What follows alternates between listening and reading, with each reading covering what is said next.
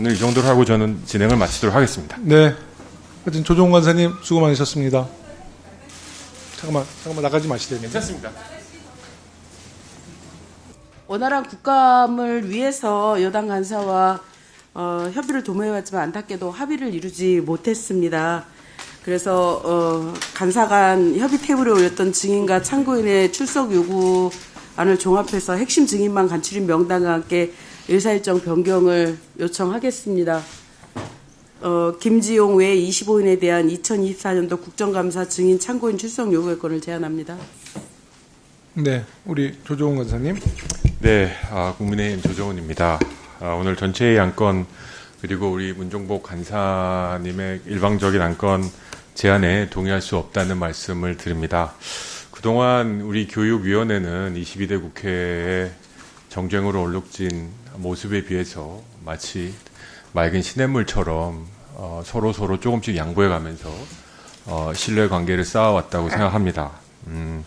저희 소수 여당으로서 불리한 상황에서도 아이들의 미래만큼은 정쟁으로 얼룩지면 안 된다는 생각으로 조금씩 양보해 왔습니다. 저도 그렇고 문종복 간사님도 그렇고 우리 김영호 위원장님도 많은 양보를 해주셨다는 거 저도 알고 있습니다.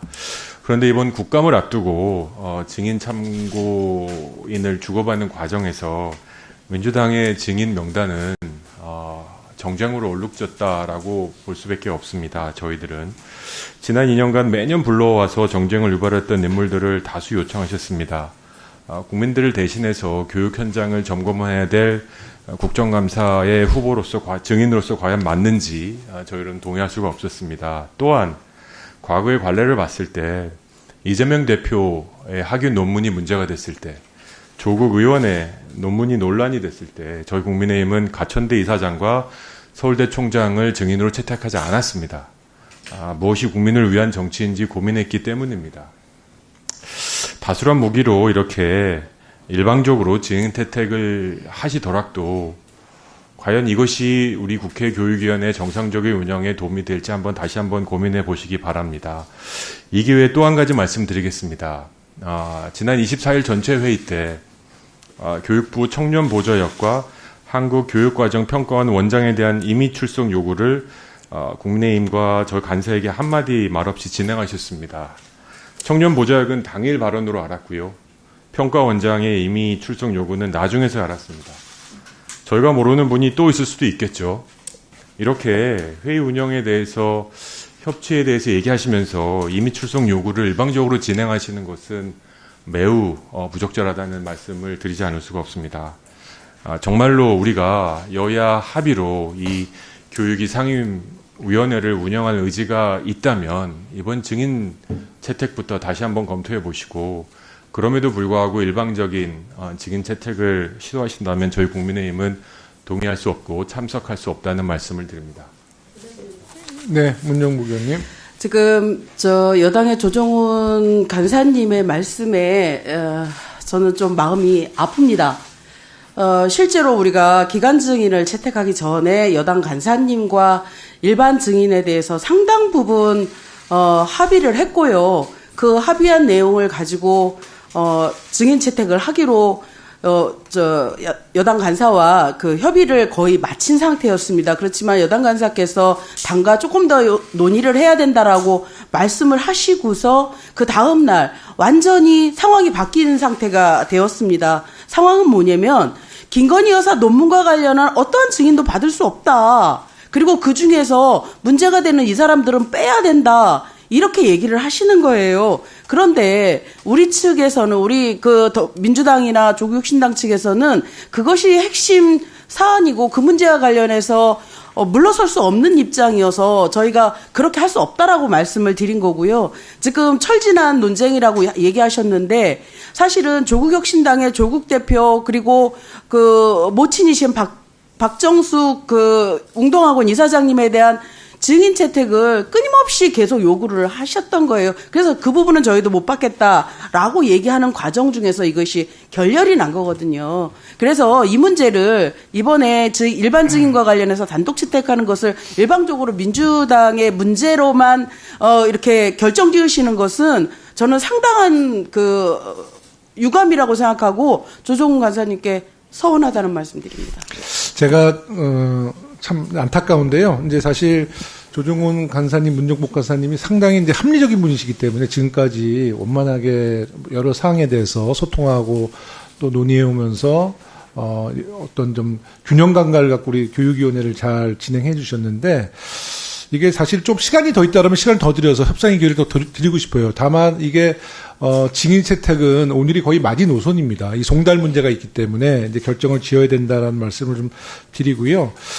특히 전 조정훈 간사님 말씀의 진심도 느껴져요. 다만 여당 간사로서 대통령의 부인 김건희 여사의 논문 문제를 야당에서 증인으로 채택하니 난감할 수밖에 없으시다는 것도 저는 공감합니다. 하지만 국정감사는 이 국정의 운영을 지적하고 개선하고 국민들의 여러 가지 의혹에 대해서 풀어줄 수 있는 건데, 김건희 여사 논문이야말로 우리가 지금 2년 넘게 이 논문의 결과가 안 나왔다는 것처럼 아주 비상식적으로 대학에서 논문의 결과를 지금 공개하지 않고 있습니다. 정말 축대 동문뿐, 또 국민대학교 동문뿐만 아니라 전 국민들이 대한민국 숙명여자대학교와 국민대학교에 정말 분노하고 있어요. 이거는 여러 매체의 다양한 댓글을 봐도 확인이 되고요. 우리 야당 의원들의 여러 가지 통로를 통해서 국민들의 분노와 명령이 전달되고 있습니다. 그렇기 때문에 이번 국정감사에서 이 문제를 매듭 짓는 것이 저는 국민들에게 우리가 당연히 해야 될 도리이기도 하지만 윤석열 정부에도 이롭다라는 생각을 합니다. 이것을 계속 시간 연기하면서 이 간단한 논문에 대한 결과를 발표하지 않고 계속 끌어간다면 이 리스크는 다 윤석열 정부가 갖고 있는 거예요. 특히 저는 이 말씀을 드리고 싶습니다.